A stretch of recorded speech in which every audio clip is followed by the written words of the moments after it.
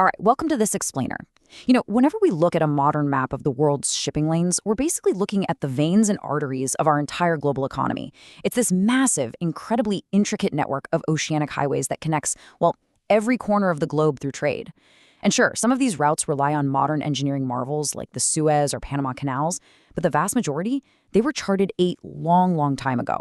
We're talking basic maps and local knowledge. So today we're going to dig into the source material detailing the whole history of the Portuguese Empire, and we'll trace how our modern trade networks connect straight back to the pioneering and, as we'll see, often brutal, maritime exploits of Portugal. So let's dive right into the core mystery here. How exactly did a relatively obscure nation, literally sitting on the very edge of Europe, manage to stretch its reach all the way across the globe? Well, to figure that out, we really have to look at Portugal's geography. They were essentially the small kingdom totally trapped on the Iberian Peninsula. Once they'd secured their own borders, they were completely blocked from any further land expansion by the friendly but much, much larger Christian kingdom of Castile right to their east. They were totally boxed in. They literally had absolutely nowhere else to look but out toward the vast, untamed ocean. And we really need to just pause for a second and reflect on that number, 500. It is just incredible to think that just over 500 years ago, we're talking the beginning of the 16th century here. These massive international trade routes simply did not exist.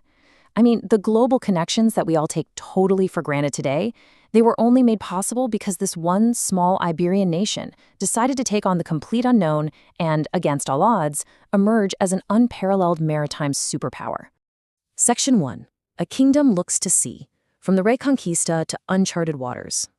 So, with their borders completely secured by 1249 after the Reconquista, and with literally no room to expand by land, their rapid progression down the African coast began. Right here in 1415, they captured the North African city of Ceuta, and from that harbor, they just started probing down the Atlantic coastline of Africa. This whole initiative was heavily championed by Prince Henry the Navigator. He really wanted to see exactly how far south the African continent went, and crucially, if an eastern sea route to Asia was actually possible. By 1434, they successfully navigated the really violent waters of Cape Bojador, which people previously thought was a point of no return. But the massive breakthrough, that hit in 1488 when Bartholomew Diaz rounded the Cape of Good Hope at the very southern tip of Africa. He proved that the eastern passage to the Indian Ocean was real. Section 2. Dividing the globe. Treaties and new worlds. Because, just as Portugal was really building momentum, another explorer came along and completely disrupted the game. Get this, just 4 years after Portugal found the bottom of Africa, Christopher Columbus sailed west in 1492 looking for his own route to the Indies and, well, inadvertently discovered the Americas for Spain. So suddenly you have two Iberian nations claiming completely new worlds, which obviously created a massive territorial dispute. To solve this, they hammered out the Treaty of Tordesillas in 1494. This agreement literally carved the world in two. They just drew a massive north-south line right down the globe. Spain claimed everything to the west of this line, which ended up being most of the Americas, while Portugal claimed everything to the east that secured their access to Africa, that highly sought-after route to Asia, and eventually the coastline of Brazil.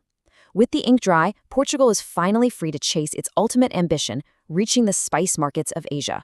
Now, what's truly wild here is the sheer scale of the expedition that actually pulled this off. In 1497, Vasco da Gama left Lisbon with a pretty modest fleet. We are talking just 4 ships and 170 men. It took them an agonizing 10 months at sea to finally make landfall on the coast of India. And look, while the local Indian traders weren't exactly blown away by the European trinkets dug them abroad, and they only returned to Lisbon with pretty meager quantities of spices, the voyage was still a massive world-altering proof of concept. The maritime trade route to Asia was real, and it was entirely theirs. And that proof of concept, it rapidly expanded into an absolutely astonishing 14,000-mile trade route. The Portuguese quickly pushed deeper into Asia, reaching places like Sri Lanka and Indonesia, and they found those incredibly valuable sources of cinnamon and nutmeg. Now, to protect this immense 14,000-mile supply chain all the way back to Europe, Alfonso de Albuquerque ordered the construction of a huge network of trading posts and heavy fortifications. I mean, they were essentially building an oceanic highway spinning halfway across the earth. Section 3. The wealth of Brazil. The dark reality of expansion. Because while Asia was busy providing spices, the empire was also putting down some very deep roots in the Americas.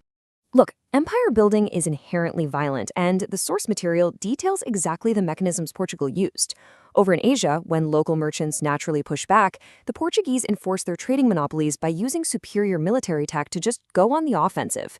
They also heavily pushed religious conversion, and while some missionary work was peaceful, in places like India, they initiated the Goa Inquisition, which heavily persecuted the Hindu population through violence and coercion. Meanwhile, over in Brazil, to deter French incursions, the Portuguese king actually divided the land into 15 captaincies to rapidly colonize it. Only 2 of these really succeeded, and that was largely because they pivoted to growing sugarcane, and that was a crop that soon relied completely on the brutal system of forced-enslaved African labor. The historical reality here is stark. It's estimated that 4 million Africans were sold into slavery in the Americas between the 16th and 19th centuries, and a staggering 40% of those individuals were sent to Brazil. This massive forced labor system was entirely dedicated to fueling the highly profitable sugar industry, which really had become the absolute economic engine of Portuguese South America. Section 4, Imperial Rivals and Decline. The empire weakens. Because an empire this vast, generating this kind of insane wealth, inevitably attracts hungry rivals. The real turning point arrived in 1580 thanks to a massive succession crisis. The King of Spain literally invaded and took the Portuguese throne, creating what's known as the Iberian Union. Now, while the empires were technically ruled separately, Portugal was suddenly dragged into all of Spain's European wars. English and newly independent Dutch merchants completely capitalized on this distraction to learn Portugal's secret navigational routes. This sparked the Dutch-Portuguese War, which lasted from 1598 all the way to 1663. During this time, the Dutch systematically attacked and captured key Portuguese trading posts right across Asia and Africa. Realizing they'd basically been abandoned by Spain, the Portuguese fought the Restoration War in 1640 to get their independence back. But honestly, by then, their monopoly in Asia was already permanently shattered. So, with their Asian dominance lost to the Dutch and English, Brazil basically became the sole lifeline of the entire Portuguese Empire. And then, in 1693, that lifeline struck gold, literally. The ensuing gold rush in the Minas Gerais region drew in a massive wave of about 250,000 migrants and enslaved workers. By the middle of the 18th century, gold from this single region made up a whopping 46% of all exports from Brazil. It artificially revived the wealth of the Portuguese crown for a while. But ultimately, the event that truly broke the empire's momentum in the 18th century wasn't even a war. It was a natural disaster. In 1755, a completely devastating earthquake struck the capital city of Lisbon. The loss of life was just horrific, estimated to be anywhere between 40,000 and 60,000 people. As you can imagine, this catastrophe placed an insurmountable financial strain on the empire. Having to rebuild their entire capital significantly crippled their ability to fund and maintain any of their colonial ambitions abroad. Section 5. The Fall of the Empire. Revolutions and Retreat. As we shift our focus to the 19th and 20th centuries, we start to see the final unraveling. And this leads to, honestly, one of the most bizarre twists in colonial history. In 1808, facing an invasion by Napoleon, the Portuguese royal family packed up the entire court and just fled across the ocean to Brazil. In doing so, they elevated Brazil from a mere colony to an actual kingdom, effectively moving the capital of the whole empire to Rio de Janeiro. But this act emboldened Brazilian self-reliance so much that just a few years later, in 1822, the king's own son, Dom Pedro I, capitalized on that sentiment and declared Brazil an entirely independent empire. So, literally with the stroke of a pen, Portugal lost its most prized territory. From there, the final collapse happened pretty rapidly over the 20th century. After the British humiliated Portugal by squashing their pink map ambition, which was this plan to connect their African colonies in 1890, the monarchy fell and Portugal entered decades of instability and dictatorship. Fast forward to the 1960s, and a hugely unpopular, incredibly costly colonial war was raging in Africa. This eventually sparked the 1974 Carnation Revolution back home, which successfully overthrew the dictatorship. The very next year, in 1975, the new government recognized the independence of African colonies like Angola and Mozambique. And the absolute final piece of the empire, that was transferred on December 20th, 1999, when Macau was officially handed over to China. Section 6. The Modern Legacy. A World Connected.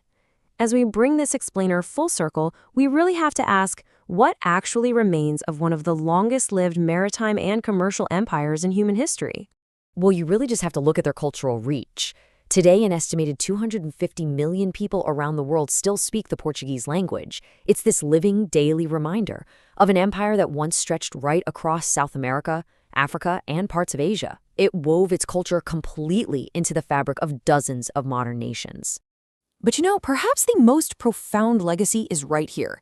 The maritime pathways, those exact oceanic highways charted in tiny wooden ships by explorers facing completely uncharted waters 500 years ago, they are the exact same routes that carry the bulk of the world's global trade today. The Portuguese didn't just build an empire, they literally laid the foundational geography for our interconnected modern global economy.